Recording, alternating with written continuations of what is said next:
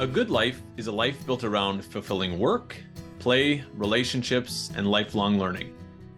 Welcome to Good Life Conversations, where we explore the stories and strategies of inspiring everyday people who are striving to create a life of purpose, meaning, and connection. Hi there, welcome to this Good Life Conversation. My name is Jay. I'm your host and the founder of Discovery Year, and today's guest is Sarah Liverance. Welcome, Sarah. Thank you, Jay. Great to be here. So Sarah is currently a partner at Sklar Wilton Associates, which, as many of you might be unfamiliar with, is a strategy and insights advisory firm. So Sarah will certainly take a moment to tell us, what does that mean? Sarah has a fascinating past. She studied computer science at Duke University. So Sarah was born in the US. She's been living in Canada for, sounds about 20 years or so, 15, 20 years. And 35, actually. 35. Okay. Well, that's amazing because you're only 45. Um, and studied computer science, was in the military. She was a captain in the Air Force, in the US Air Force for 8 years. Did some very interesting work there. So we'll cover some of these topics. And one thing I appreciate a lot about Sarah that I think will connect with our audience is she has a lot of different interests. She's good at a lot of different things. She's interested in exploring different things. And she's changed her pathway a little bit, as you can hear already over the course of her career. So we always like to start about your typical day. So if you can tell us, what time do you get up? Do you have any morning routines? What does the average day, work day look like for you? What time do you typically wrap up? Do you have any evening routines? What time do you go to bed? Okay. So I would say that I have typical wake up and sort of go to bed times, but the rest of the days can be pretty atypical. So I'll try and generalize a bit, but typically I'm up early. I'm a morning person, so I'm up around 5:30, usually at the latest. Always start with a meditation, just a brief meditation, some stretch, and then working out. Movement is super, super important to me. And I love to do that outside with my dog. So often we're out. I love to get that like sunrise kind of thing going on first thing in the morning with him. And then I'm usually sort of at the computer. I work from home now, for the most part. So pre-pandemic, I would have been commuting, but now I'm home sort of at the computer around 8 or so. And I'm typically in video calls pretty much nonstop from like 9 to 4 kind of thing. I try and be off the computer around 4:30, back outside with the dog, and then dinner with my husband. And typically then it's reading, it's a craft project, it's maybe a movie or a TV series that we're into, because I'm in bed pretty early, typically winding down at 9. Mm. Kind of lights out, like to be lights out by 9:30. So I'm not a very exciting nighttime person. Yeah. It's great. It's great. We hear so many, the vast majority of our mentors are early risers. Just so happens we didn't kind of know that in advance. Have you always been an early riser, or is this a practice that you built because you enjoy it, or where does it come from? It's so interesting because I've thought about that over the years, and I don't know if the military did it to me, because I do remember many mornings laying in bed, having the phone ring, looking at the clock, panicking, and it's my boss Mm. saying, "Where are you? Are you okay?" And it's like 8:30, and I'm still in bed. So I think I was not always a morning person. I think that, the discipline of the military sort of beat it into me. And now it's truly a passion. It really is my favorite time of the day. So I don't know if that just happens as we get older or what. Yeah, yeah, yeah. I hear you too. I connect to that, and a lot of our mentors also have kind of shared the same, this newfound appreciation for the morning hours that we previously didn't experience for a long time. Yes. So it sounds like you're pretty intentional, because I know that you would have lots of work to fill your evenings if you wanted to, but it sounds like you're pretty intentional about not doing any work after dinner. That is another really good point. In my former life, many, many other chapters of my career, I have been working till the wee hours of the morning. Like that's not been an unusual thing, and actually pretty typical early in my career. I'm at the point now where I really value, I mean, a lot of my time is spent sort of leading through others. So that's why my days are so full with conversations with other people. And I have less actual like roll up your sleeves work that I have to do like at the computer. So I might be at night, I might be reading about business things, Mm, but I'm not actually like crunching through data and doing, many of the things that I would have been before. But I definitely have a workaholic tendency, and I was definitely working away, burning the midnight oil for many, many years. mm. And do you feel for you, was that kind of just a natural arc where that was perhaps more appropriate or you had more energy for it when you were a bit younger and now less so, or were you kind of intentionally at some point thinking, wow, this is too much. I need to curb it. It's both. So I have had to work very hard at leading through others and I have a phrase, delegate to elevate, Mm, rather than me doing everything. So that's been very intentional. The other thing that's just a reality is I'm not good at night. mm, Like my brain is not nearly as good in the nighttime hours as it is in the morning hours. So if I have something intense that I need to do like at the computer, big thought work, that's what, I'll cut the morning workout activity short, and I'll use that morning time to get that done. I'm going to be way more productive then than mm. I am at 9, 10 o'clock at night. Yeah. Okay. Thank you. I noticed for myself when I was younger that the topic of work-life balance, as I'm sure you're aware, is a popular topic with everybody, but in particular with youth today. They've been introduced to this idea, and many many older people who got burnt out are saying, "Hey, slow down." And Yeah. I have many different thoughts about that, but I think it's important for young people to test and see what their balance is, right? What's the right amount versus some of us like to work more, and that's not necessarily a bad thing. It depends on the impact I that it love has. that advice. I love that Mhm. advice. Yeah. So, okay, so you've told us we like to talk about hobbies too, because our population really are interested in careers, but they're also like just want to hear about you as a person. So I hear exercise, and you had a couple hobbies in the evening, reading and maybe some art stuff. Tell us a little bit about what you do for fun. So for fun, sort of a key word for me is outside. I love being outdoors. So I've already referenced that, but if it's somewhere I'm near water, I'm on a paddleboard. If it's winter and there's snow on the ground, I'm on snowshoes or cross country skis. So there's that. I'm a movement freak. Um, I think the other thing is learning. So I'm usually taking some sort of online course just for me. Right now, I'm really into dog cognition, so I'm doing a series of courses around that. So I might be doing that at night or on the weekends. And then I do have a creative side. I am not an artist by any stretch, but I love creative things and I love to make gifts for people. So I could be doing a scrapbook or a photo album. I could be knitting something, needle pointing something at any given point in time. So those are sort of some of my outside things Hmm. beyond just keeping in touch with friends and family and that sort of thing, social time with people.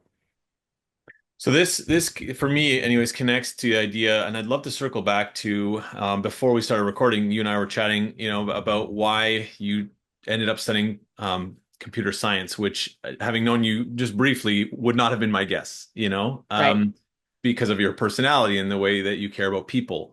So, and then now you're telling us you have this diverse array of kind of interests, pretty diverse. And then also you were saying that you would have stayed in college for a long time because you were so interested. So it seems like you're a curious, lifelong learner. But if you can tell us a bit, I think people might be interested to know. You went to Duke University, which is an excellent university in North Carolina.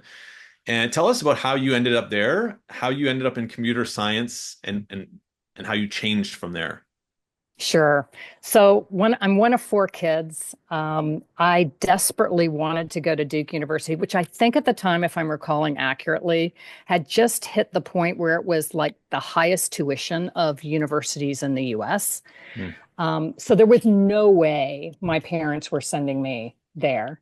And I tried very hard to fall in love with other schools to no avail. So I had this dilemma, this problem to solve. So the richest scholarships at that point in time were the military, the ROTC scholarship. So I applied and was accepted into that. And when you do that, you give them the schools that you want to go to. They also test your aptitudes and match your aptitudes with where they see their needs are going to be 4 years hence once you've graduated. So I was lucky enough to get my number one pick school, and they told me before I ever set foot on campus, they told me that my major would be computer science. Mm. Which you're right, I never would have picked on my own. I did have strong aptitudes in math, and obviously they had needs, were projecting needs in the computer science space. So off I went to Duke, majoring in computer science. And you and I were joking earlier because while I was, if they hadn't told me what to major in, I'd probably still be there taking courses. I mean, just the fact that I majored in computer science but minored in art history might be an indication that I was all over the map. And a lot of things interested me. So, yeah. Yeah. And that's such a worthwhile message because I have met thousands of young people over the last decade, especially, the overriding sense is that people feel like they need to make a choice. They need to make a choice about what they're interested in and what they're good at right now. So your story and others is great to hear that these two kind of some might consider polar opposite interests, you pursued both and then others as well Hmm. outside of that. Hmm. So can you tell us a little bit about you were in the military for a non-pilot, by the way, which was a question that I was unsure about asking, but I asked Sarah, she was not a pilot. She was in the Air Force. And can you maybe tell just briefly about the work you're doing? Because I think it's very interesting work at the Air Force. Sure. So I was working on the development of computer systems that went on board surveillance satellites. So when I came in, the Strategic Defense Initiative was a big thing, aka Star Wars. So I was working on that, which was fantastic, phenomenal experience. And I didn't do a lot of hands-on computer work, which would be sort of your assumption coming out with a computer science degree. I was more overseeing and directing defense contractors that were actually doing the hands-on work developing the computer systems that went on these satellites. Hmm. And so you did that for 8 years, and at some point realized that you wanted to change. Can you tell us about how that happened? Sure. A couple of things came together on that. So first of all, I got married during that time to someone who was also in the Air Force. The Air Force has, or the military in general, has what they call a joint spouse program, whereby if you're married, you're supposed to be, ideally, they work very hard to station you together. So that was not working out so well for us. That me in Southern California, him in Northern California was not sort of our definition of joint spouse. So that was a little bit of a thing. But also, because otherwise, honestly, I might have stayed in because it was a great career. Hmm. But the other thing was one of my very first bosses when I came into the Air Force, he advised me to go to school at night now while you don't have a family, you don't have kids, go to school at night and get an advanced degree. It was great advice because I did that. I opted to go for an MBA. During that program, I got exposed to marketing. And I was like, oh my goodness, I love the notion of understanding why people make the choices they make and what motivates them, and how to help them solve problems. So that really, really appealed to me. So that sort of planted the seed on, yeah, I'm not as into this tech stuff as my colleagues are and many others are, but I'm really into this notion of marketing. And so that prompted me to sort of, when I was coming out, I knew I wanted to start a new career in marketing. So on the one hand, you had and you mentioned earlier you had great bosses, great leadership within the Air Force. You had lots of opportunities. You were learning all the time, and you were good at it. I'm presuming. I'm confident you were very good at it. And at the same time, you were aware that other people in that space were more in love with it than you. It was fine for you, and you could have gone on, but it was not like it was for others. And then you did school, a master's in business administration, by the way, for anyone who doesn't know what an MBA is. And what I like about the way you described that is that it was an opportunity to explore and just learn rather than what most people do today is they choose a master's program with a very specific intention, an outcome that they want to achieve. So was that new to you to just do a program and say, yeah, whatever, I'm just going to go and learn. Was it as open-ended as that?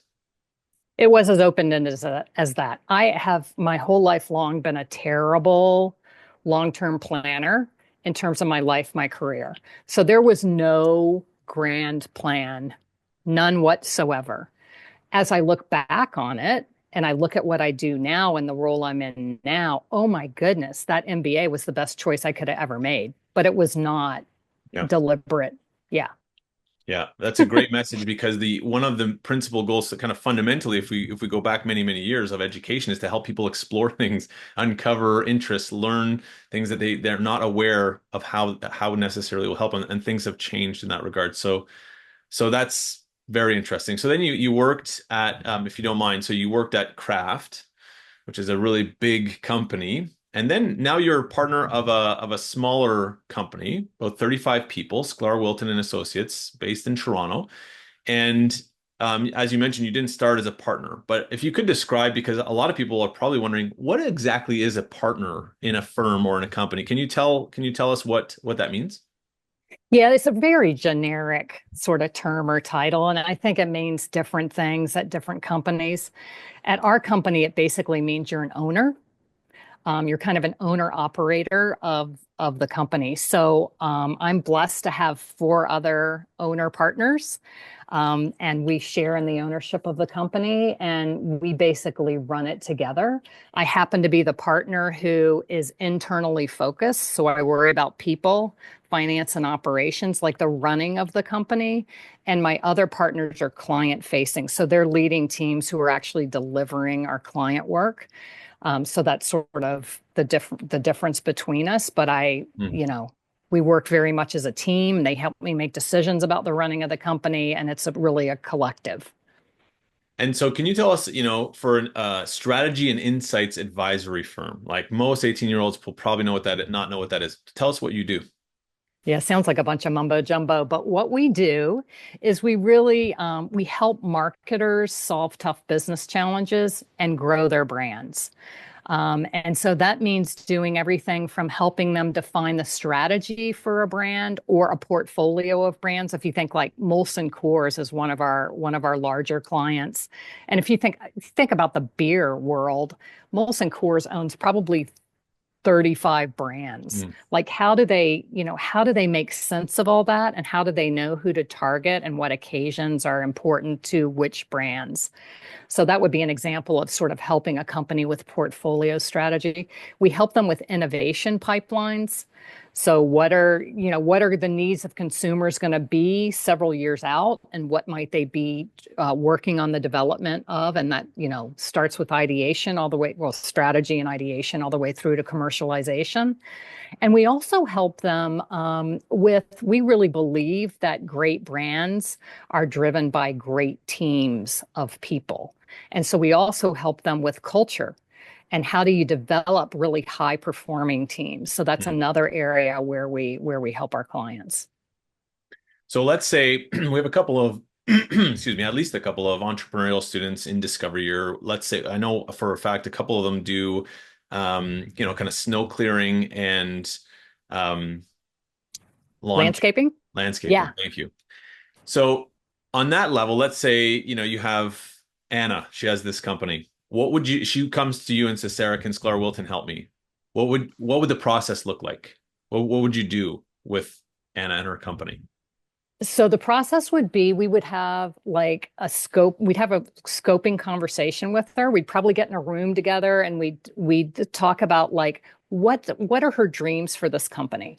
What does she want this company to be? What does she think maybe some of the barriers to those dreams are? And who does she want to win with? Like who is her ideal client? And how might her ideal client look different from Joe's landscaping and snow removal company? And we would have those kind of conversations and we would help her develop a strategy for where she wants to take her business, who she wants to win with, and how she's going to grow it. Hmm. And then we would go about the work of, and in the case of these large companies that we work with, we go out and we do research with consumers. So we help them understand that who to win with deeply. Like, what are their needs? What are their motivations? And therefore, how do we best appeal to them and help them with whatever pain points they might have with whatever's already available in the market? Right. So there might be some consumer research to do, maybe not in Anna's case, but in a larger company's case, there would definitely be consumer research to do to extract some insights that help really inform what might be the tweaks to that strategy and what might be the new innovations, the new products and services that they might want to offer, and then how are they going to bring those to market. Great. So you might knock on 100 doors in the neighborhood, and let's say 20 people say, "Oh, well, this other company, they clean my driveway great. They never shovel the walkway. It would be really nice if I got up and then you might go back to Anna and say, "Hey, there's something that no one's doing that there's a demand for." Excellent example. Right. Excellent example. Right. And we might hear them say that directly, per your example, or we might infer it, Mm, like mm. from Yes. what maybe they're not saying, Right. or what they're talking around or about. So there's a bit of an art to really extracting insights from consumers. Great. And that makes me think of, we focus a lot on listening in Discovery as a skill that we help our students develop a lot. And so it strikes me that you'd have to be an excellent listener to really not only hear what people are saying, but to infer what's between the words that they're using. Yes, and a plug for you. You're helping our company with listening as well, because you can always get better at it, right? Yes, yes, Yeah. yes. Well, that's really helpful. Thank you. Okay. So we also like to talk, we find it important to talk about failure in Discovery Year because it seems like people talk about it less. Young people often have experienced it less in the world today. So can you tell us about an important or meaningful failure for you and what you took away from it? There are many, many to choose from. I'm going to go with important versus recent. Um, so I'm going to talk a little bit about our founder, the founder of our company and my business partner. Um, Larger than life entrepreneur. He would walk in a room and fill it right up. Really gregarious, smart, wonderful guy. Very, very engaged. Obviously, this was the company that he founded and built, so super passionate about it. He called me on a Saturday, just a few days before our annual summer retreat, and said, I thought, well, he's calling because he's got another one of his ideas, right? Something else we got to build into the agenda. But he called me to tell me that upon the advice of his doctors, he was not going to be joining us at the retreat, that he was actually going to be taking a few weeks, maybe even a month or so off of work. Total shock to me. Um, Turns out he was suffering from depression. Turns out he never worked in the business again.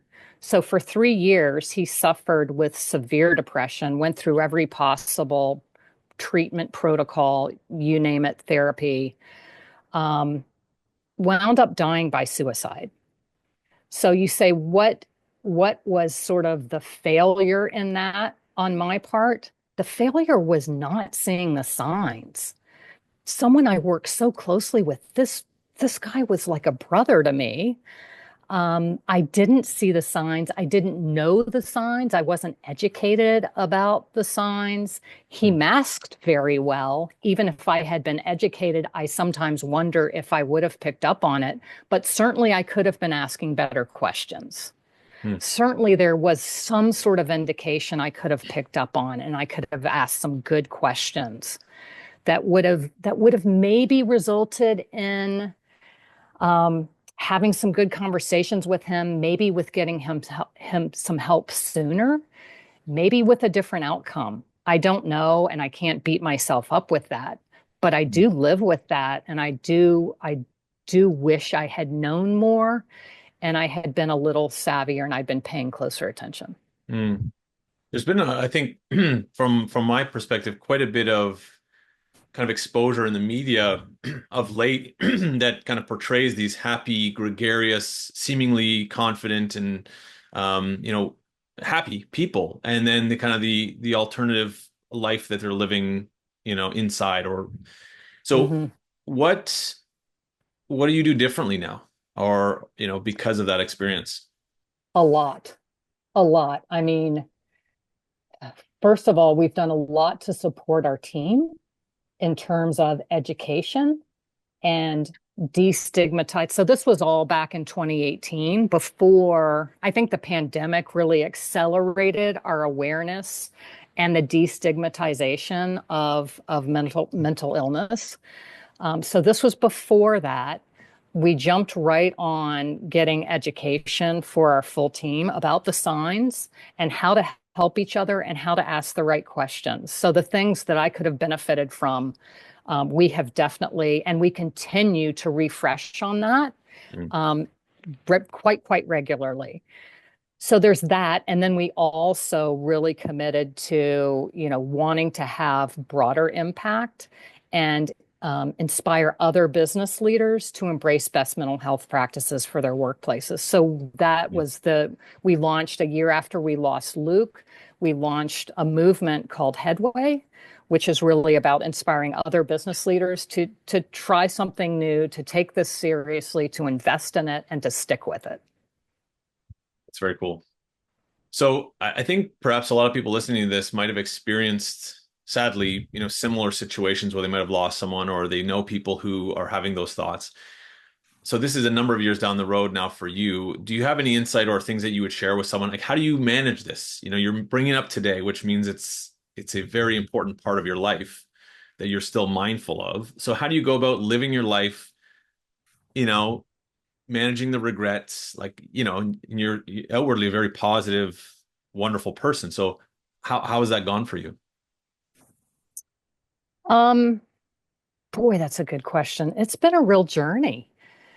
I think when you lose someone like this, there's a whole lot to process.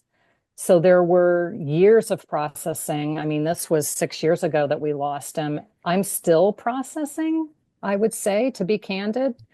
You work with professionals to help process some of this. I have the highest regard for that route. I think that that's invaluable when you experience a trauma like this. So that's been super important. And then I think the practices, the meditation, just the exercise, the movement, the taking care of oneself, realizing I think a big thing this taught me was this can happen to anyone, right? None of us Mm-hmm. are beyond having this sort of thing settle in over us. So being really diligent about my own personal practices. And then I think the biggest other thing is checking in with the rest of the team and staying close. So we have a practice at Sklar Wilton that's probably not super unusual, but we really live it, where we have weekly one-on-ones with each of our direct reports. And we have a connect before content sort of mandate. So it's about, how are you doing? How are you really doing? What's going on? What can I help with? If something's too much, how can I remove some barriers, help you prioritize whatever it might be, whether it's your work life, and then if there are things in your personal life that maybe I can't help with, but maybe I should be aware of. Um, so we have those conversations every week with our people to try and stay really close. That's great. Thank you. Yeah, I think it's useful to know that people carry on, and it's not resolved quickly or sometimes at all. And Right. different people will have different methods of navigating that. Um, Thank you. Well said. Yeah. Yeah, I think that will connect a lot with our audience.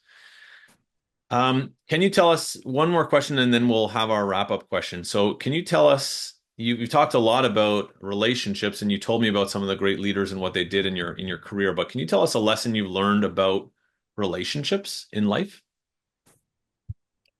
So many again. But this is when I actually would love your perspective on, Jay. This is something I'm learning. I have not learned as in past tense. Mm, I have a close friend who lost his wife.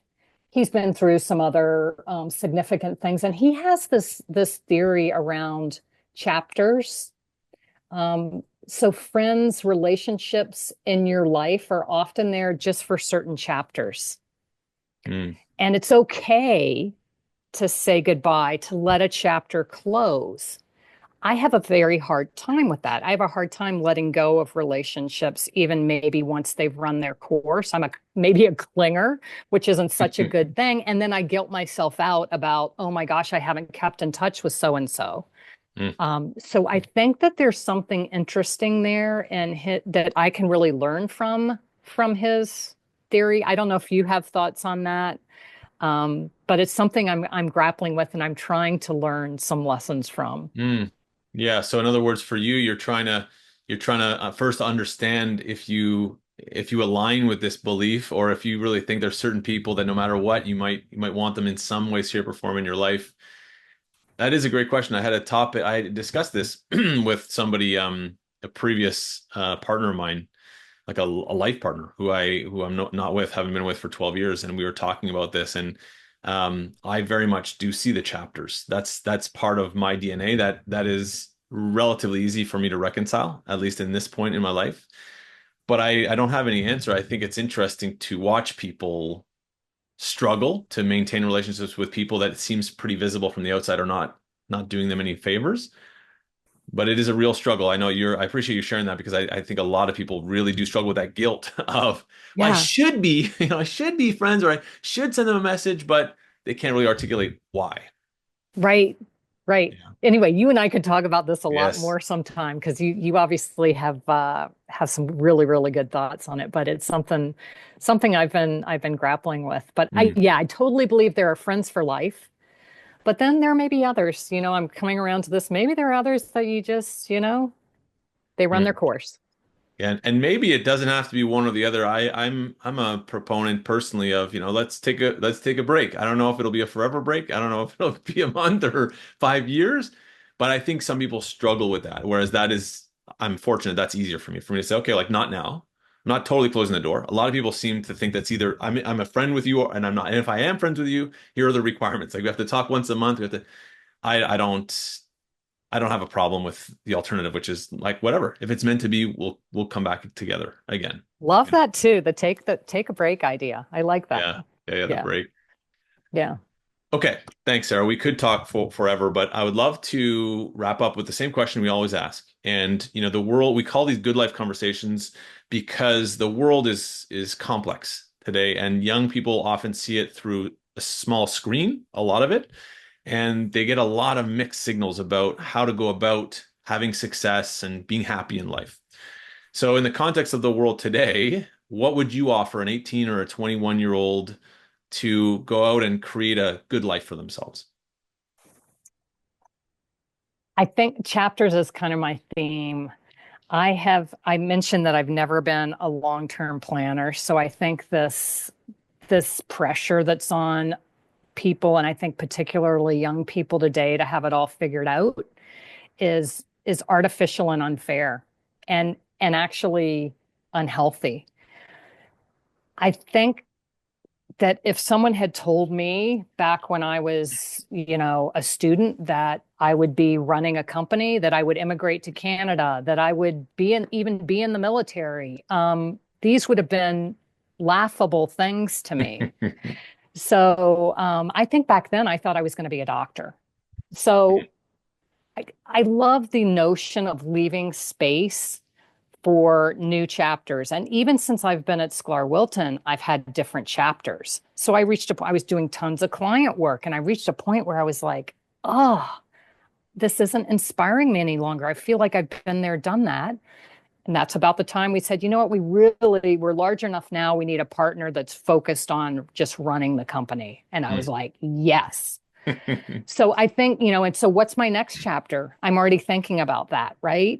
So I think chapters is a better way to approach it. You don't have to have the whole book written. You don't even have to have the outline. Just just focus on whatever chapter you're in. Yeah. We didn't talk about it, but as I'm not surprised to hear that aligns brilliantly with our messaging, which is all around short-term planning. It's important to have some kind of plan for a few months, a few years, but it's not very helpful generally to plan for 40 years down the road. So thank you. Because everything's going to change anyway, right? We know that. Yes, exactly. Exactly. Right. Thank you so much, Sarah. This has been great. I really enjoyed talking to you a lot, so I appreciate you doing this. Thank you. My pleasure, Jay. Thanks for inviting me. Thanks for listening. This has been another Good Life conversation. We hope to catch you at the next one.